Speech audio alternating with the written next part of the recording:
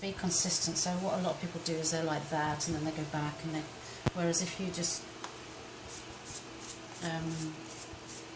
go through in a logical, one way or another, then you shouldn't miss anything and need to put too much. You shouldn't need to go back, because also with absorbent materials, it's easy to think that you haven't put glue, whereas actually it has gone in there. It's just sort of sunk down a little bit. Sometimes you need to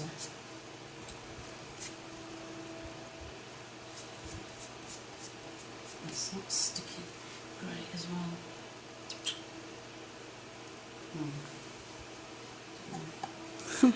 Might have to put a little bit of glue back down there. Okay. Yeah, really, when you stick them together, really put a lot of pressure with the iron.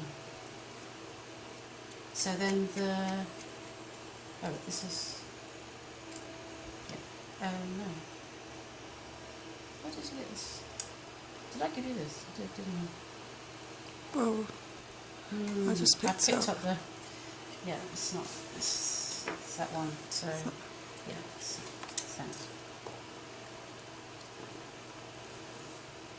Right, so again, get it in a light that you can see. So I can put glue all the way around the outsides of this, and I tend to just hold it somewhere where you're not getting your fingers too sticky.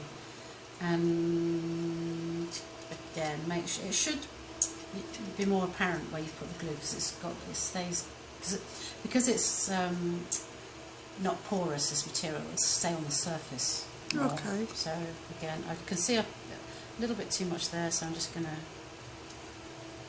put that out. And then I think, yeah, you don't just put an edge on the bottom. When we come to turning in the bottom, we're going to make sure that we trim it so it's not too much going on around here, because can you see those holes? Yeah. That's where there's I gave you a little plastic piece to put on the bottom. That's called a top piece. Okay. That's the thing that you get replaced when your shoes wear down, or you would, obviously shoe repairers can get replacements for that. So that just gets kind of stuck in there. It's got little plugs to go in. Now I'm going down the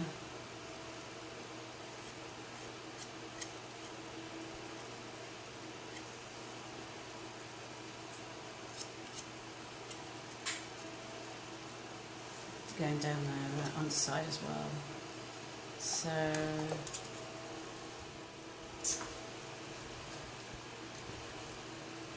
So if you think of, sometimes it's difficult to remember which way to put this, yeah, but if you think of that being a long edge, yeah, longer than that, and then that being longer than that, it would be placed that way. Sometimes it's kind of a bit, it's hard to,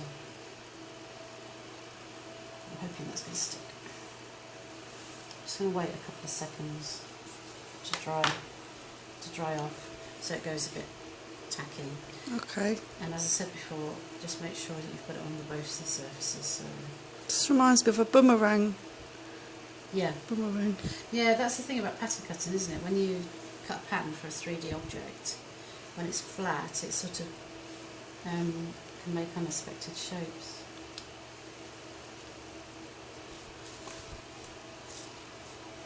Right, so so what I tend to do is pick it up and place it in the centre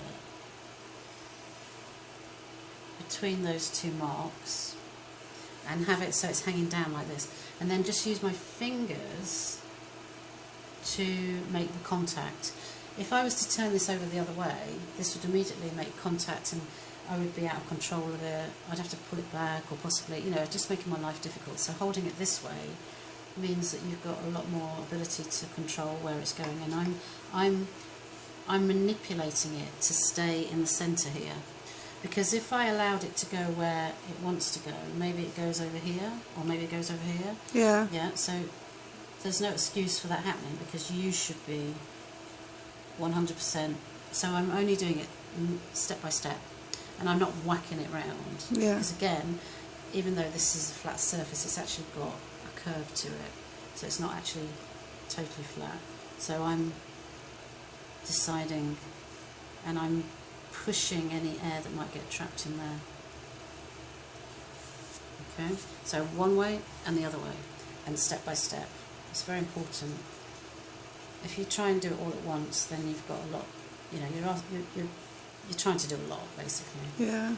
So around the edge first, and then before you stick it down, if you do some snips,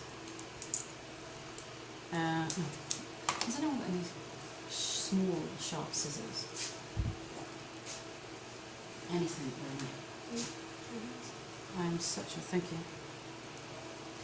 Okay, I'm going to use a knife. I bought a pair of scissors a couple of weeks ago and they've disappeared. Alright, so I'm going to snip where it's curved. I'll do this and then I'll show you. Where it's curved and needs a bit of help, I'm going to snip down.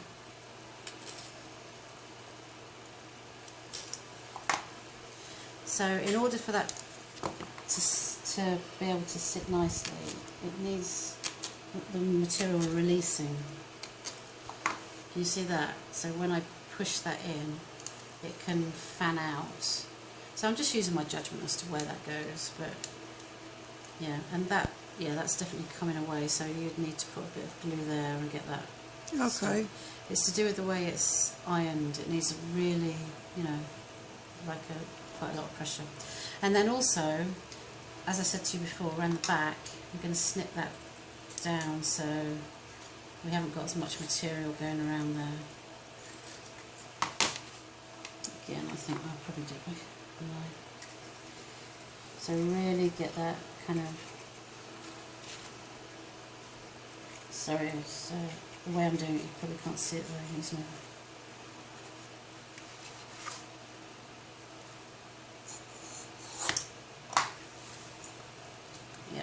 So I've cleared that away, and maybe I can clear a bit more there. Okay. Yeah, so you have to fiddle around with it. I'll let you, I don't want to do it all for you, but can you see what I mean? Where there's a hole, Yeah. you've got to clear that away so that you Yeah. can get the plug in there. Okay.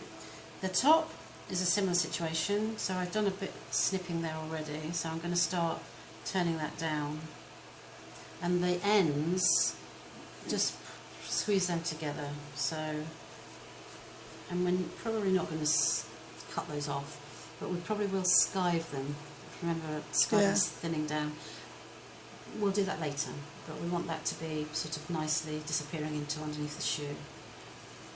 And then, if you see the back, so I'm going to use my finger or my thumb. Can you see where I've sort of just got it started? So I could get that all down, but I tend to just do it gradually. So I just use my thumbs to just keep, you know, I'm just doing it step by step,